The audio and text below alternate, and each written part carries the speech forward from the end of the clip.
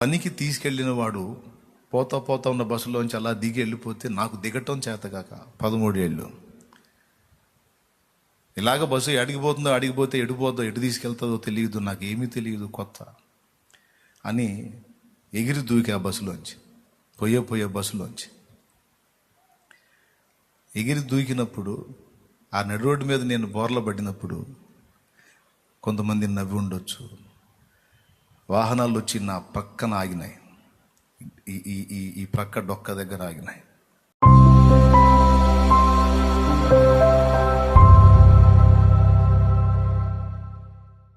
అందరూ పెద్దోళ్ళే, చిన్నోడు మీద పెద్దోళ్ళందరూ పెత్తనాలు చేస్తారు. ఆ బజారులో వీధుల్లో తిరుగుతున్నప్పుడు మరి దావీదుని అందరూ చతురుగా మాట్లాడుతూ ఉండొచ్చు. స్నేహితులు దావీదు మీద పడిగిడి ఆటలాడి ఉండొచ్చు. తన స్నేహితులతో కలిసి ఆ పొలాల్లో ఆటలాడుకొని ఉండొచ్చు, గంతులు ఇస్తుండొచ్చు, కొండలు గుట్టలు మెరకలు ఎక్కుతుండొచ్చు, చెట్లు ఎక్కి దిగుతుండొచ్చు.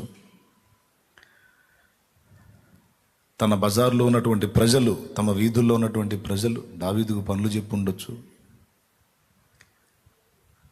ఒకవేళ ఆ మంద వెళ్ళి ఎవరి పొలంలోనన్నా పడితే ఆ పొల యజమానులు దావీదును తిడుతూ ఉండొచ్చు. ఒక్కసారి ఊహించండి, ఒకవేళ తన స్నేహితులు తన మీద పడి ఆటలాడుతుంటే ఇశ్రాయేలు రాజు మీద పడి వారు ఆటలాడుతున్నారన్న సంగతి వారికి తెలియదు.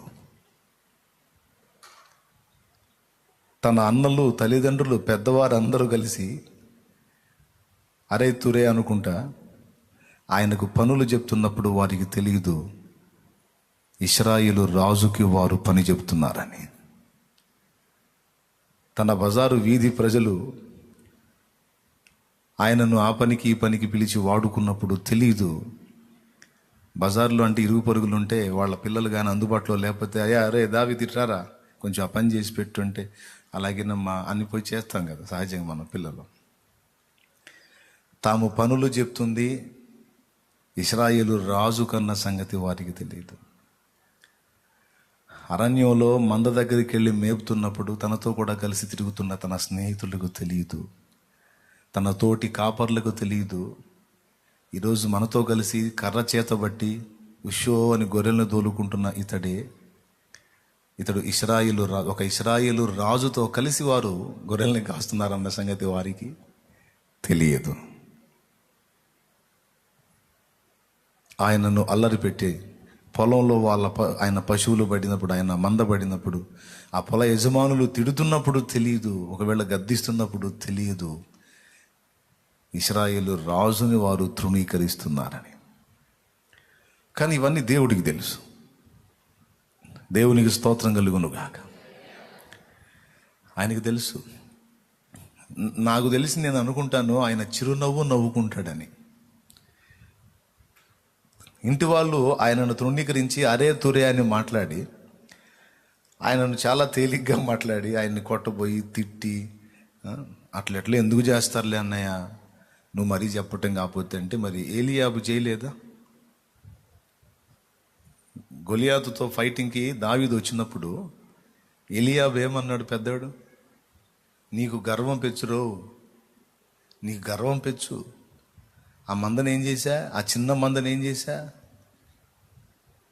నీవు యుద్ధం చూచుటకే కదా వచ్చితివి, నీకు గర్వం అని దావీదును చాలా తేలికగా మాట్లాడతాడు. మరి ఇక్కడ మాట్లాడినోడు ఇంటికాడ మాట్లాడ్డా? అంత సమూహంలో సైన్యంలోని తమ్ముడిని అంత తేలిగ్గా అవమానకరంగా మాట్లాడినోడు ఇంట్లో ఇంకెంత తేలిగ్గా మాట్లాడతాడు? బయట తేలిగ్గా మాట్లాడినోడు ఇంట్లో గౌరవంగా మాట్లాడతాడా? నలుగురిలోనే అవమానంగా మాట్లాడినోడు ఇంట్లో ఇంకా తృణీకారంగా ఉంటాడు. రకరకాల మాటలు అంటూ ఉండొచ్చు, కానీ ఈ మాటలు పడేవాడికి కూడా తెలియదు. దేవునికి స్తోత్రం కలుగునుగాక. కానీ ఈ మాటలు పడుతున్నోడికి తెలియదు, ఈ మాటలు అంటున్న వాళ్ళకి తెలియదు, తనతో కలిసి తిరుగుతున్న వాళ్ళకి తెలియదు, కన్నవారికి కూడా తెలియదు. కానీ ఒకే ఒక్కడికి తెలుసు, దావీదును తన తల్లి గర్భములో రూపించి ఈ లోకంలోనికి రప్పించిన ఆయనకు తెలుసు. నేను అనుకుంటాను ఇది నా ఊహ అనుకోండి, నిజం అనుకోండి, నాకు సంబంధం లేదు. దావీదు భూమి మీద జీవితాన్ని ఆరంభించినప్పుడు, ఇలాంటి అనుభవాలన్నీ దావీదు పొందుతున్నప్పుడు, దేవుడు చెంప మీద తన చేతి ఉంచుకొని చిరునవ్వు నవ్వుతూ కొన్ని మాటలు పలికుండొచ్చు. అన్నలు ఆయనను తృణీకరిస్తున్నప్పుడు దేవుడు చిరునవ్వు నవ్వి దూతలతో, ఒరే మీరు ఎవరిని తృణీకరిస్తున్నారో తెలుసా? ఇశ్రాయేలు మొత్తానికి రాజునరా అంటే దేవదూతలు ఆశ్చర్యానికి గురవుతారు. ఈ పిల్లవాడేమిటి, నీ ప్రజలకు ఇశ్రాయేలుకు రాజేమిటి ప్రభు అంటే, చూడండి ఆ కథ ఎన్ని మలుపులు తిరిగి చివరికి ఎక్కడ చేరతాడో చూడండి. ఈ కార్యమును దేవదూతలు తొంగి చూడగోరుచున్నారు. మన విషయంలో జరిగే కార్యాలే కాదండి, భక్తులందరి జీవితాల్లో జరిగే కార్యాలను కూడా దేవదూతలు తొంగి చూడగోరుచున్నారు. దేవునికి స్తోత్రం కలుగునుగాక. యోసేపు అన్నల దగ్గరికి వచ్చినప్పుడు, ఈ కలలు గనువాడు వచ్చుచున్నాడు, ఏ వార్త తీసుకొని వస్తాడో, వీడికి ఏం పని ఉండదురా, శుభ్రంగా ఆ పెద్ద ఆయన దగ్గర ఉంటాడు, ఆ తిండి ఈ తిండి తిని ఊరక నిద్రపోతుంటాడు, కళ్ళగంటుంటాడు. మనకి ఏమొస్తారా కళ్ళలో? పొద్దున్న లేస్తే సాయంత్రం దాకా ఈ మందల వెంటబడి తిరిగి తిరిగి తిరిగి తిరిగి దుమ్ము కొట్టుకొని ధూళి కొట్టుకొని గందరగోళం అయిపోతున్నాం మనం. మనకు జేపీల అద్దాల అంగి, ఈ ఖాళీ గదిని ఇంటికాడ కూర్చొని ఈ పనికిమాలిన కబుర్లు చెప్పి కలలు గానే వాడికి అద్దాల అంగి గుట్టించాడు ఆ పెద్ద ఆయన. యోసేపుని ఎంత తృణీకరించారో. ఒక మాటలో చెప్పాలంటే, యోసేపు అంటే వాళ్ళకి అసూయ. యోసేపు కనపడితేనే నశానానికి ఎక్కిద్దు వాళ్ళకి, అంత కోపం.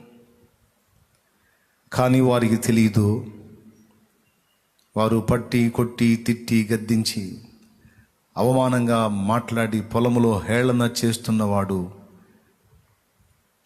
ఐగుప్తు ఫరోకే ఫరో అని వారికి తెలియదు.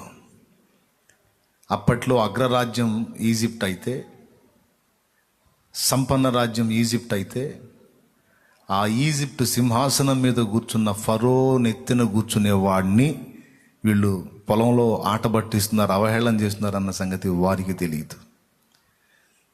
ఈ బాధలు పడుతున్న యోసేపుకి తెలియదు, కానీ వీరందరిని ఎరిగొన్న ఆయనకు తెలుసు. హల్లెలూయా. దేవుడు మనందరి జీవితాలు ఎరిగున్నాడు. నా కళ్ళ ముందు చిన్నపిల్లలు కనపడుతుంటే నాకు ఎన్నో ఆలోచనలు వస్తూ ఉంటాయి. ఎందుకంటే నా కళ్ళ ముందు చిన్నపిల్లల్లా తిరుగుతున్న వాళ్ళు, ఆకతాయితనంగా ఆటాడుకుంటా పాట పాడుకుంటా గంతులేసుకుంటా అల్లరిచిల్లరగా తిరుగుతున్న పిల్లలు, వీళ్ళందరూ ఏం కాబోతున్నారో దేవాన్ని నీకు తెలుసు కదా. అమ్మో, ఇళ్లలో ఎవరెవరు ఎంతటి స్థాయికి వెళ్ళిపోబోతున్నారో, వీళ్ళ జీవితాలు ఎన్ని మలుపులు తిరగబోతున్నాయో, చివరికి ఏ అంతస్తుకు చేరబోతున్నారో అని ఊహించుకుంటా ఉంటాను నేను. ఈరోజు ఈ వాక్య ఉపదేశ ఆరంభంలో మీ అందరినీ గురించి ఒక మాట చెప్పనివ్వండి. ఈరోజు నానా రకాల బాధల్లో, ఇబ్బందుల్లో, అవమానాల్లో, తిరస్కారాల్లో, తృణీకారాల్లో, ఆవేదనలో నలుగుతున్న నీ జీవితం ఏమవుతుందో నీకు తెలియదు. అది ఎలా దేవుడు నిర్ణయంలో ఉందో నీకు అర్థం కాదు. ఈరోజు నీవు తృణీకరింపబడుతున్నావు, ఎవరి ద్వారా వారికి తెలియదు. కానీ నిన్ను నిర్మించిన వాడికి మాత్రం నీ లైఫ్ తెలుసు.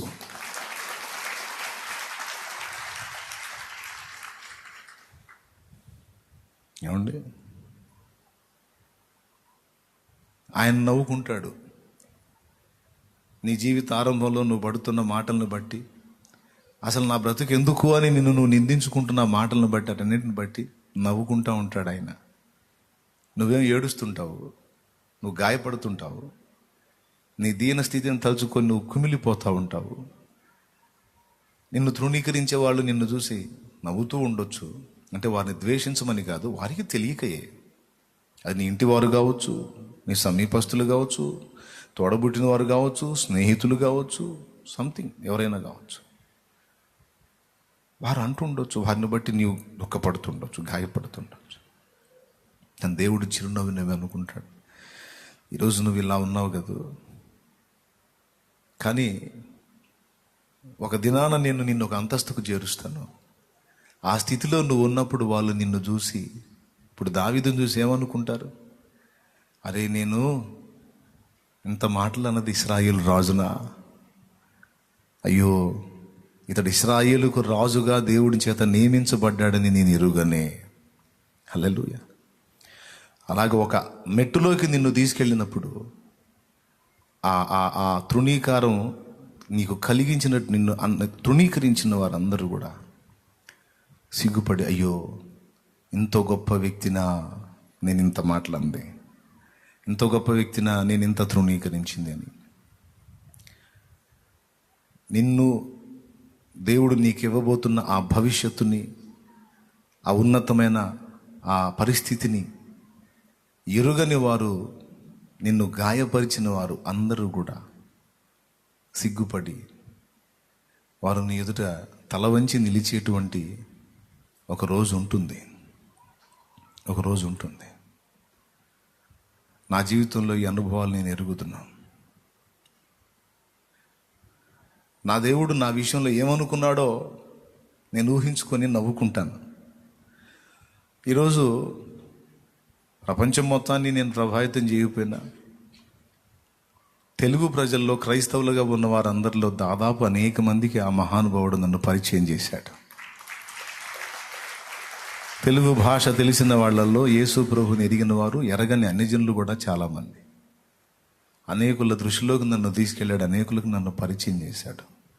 ఇందులో పెక్కుమంది షాలేమురాజు ఒక ధన్యుడు, షాలేమురాజు అనేవాడు ఒక ధన్యుడు, వాని జీవితం ఒక ఆశీర్వాదకరమైన జీవితం అనుకుంటారు. కానీ ఇప్పుడు అది కానీ ఏమి తెలియక చదువు 13 ఏళ్ల ప్రాయంలో మానుకొని కుటుంబంలో ఆర్థిక సమస్యలను బట్టి ఈ ఊరు నుంచి ఇంకో ఊరు వెళుతున్న బస్సులో ఎలా దిగాలో తెలియక చార్మినార్ ఎదురున్నటువంటి ఒక చౌరస్తాలో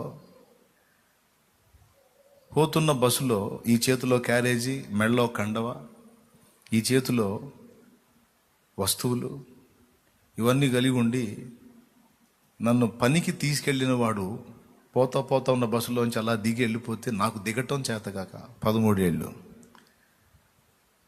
ఇలాగ బస్సు అడిగిపోతుందో, అడిగిపోతే ఎడిపోతుందో, ఎటు తీసుకెళ్తుందో తెలియదు, నాకు ఏమీ తెలియదు, కొత్త అని ఎగిరి దూకి ఆ బస్సులోంచి పోయే బస్సులోంచి ఎగిరి దూకినప్పుడు ఆ నడి రోడ్డు మీద నేను బోర్ల పడినప్పుడు కొంతమంది నవ్వి ఉండొచ్చు.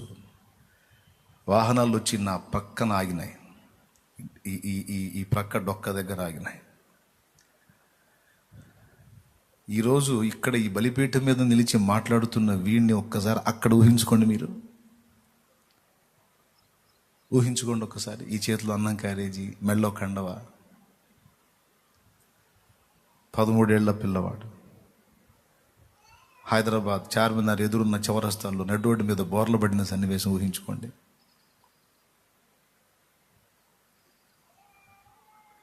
అది ఊహించి మళ్ళీ ఇప్పుడు ఈ స్థితిని ఊహించండి. మీరు నమ్మగలరా? నమ్మలేరు. కానీ నిజం అది. నేను ఊహించలేదు ఇది,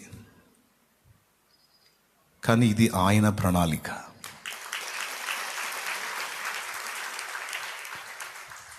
ఈరోజు నన్ను పోల్చి చెప్పుకున్నాను నేను. మీ అందరికీ ఈ మాటలు వర్తిస్తాయి. ఏమీ కృంగిపోవద్దు. నిన్ను ఏం నిశ్చయించున్నాడో, నీకు ఏ కృప దాచిపెట్టాడో నిన్ను అనవసరంగా చేయలేదు గమ్మా. నిన్ను ప్రేమించే బంగారు తండ్రి నీ కోసం ఎంత సిద్ధపరిచాడో, ఎంత బంగారు భవిష్యత్తు నీ కోసం దాచిపెట్టాడో, ఏమి ఇవ్వబోతున్నాడో, నిన్నేం చేయబోతున్నాడో, నీ కన్నీరు ఎలా తొడవబోతున్నాడో, నీకేం మెట్టి ఇవ్వబోతున్నాడో, ఆ ఇచ్చిన నాడు నువ్వు అక్కడికి చేరి నీ గతాన్ని తలుచుకొని ఆనందంతో ఏడుస్తావు.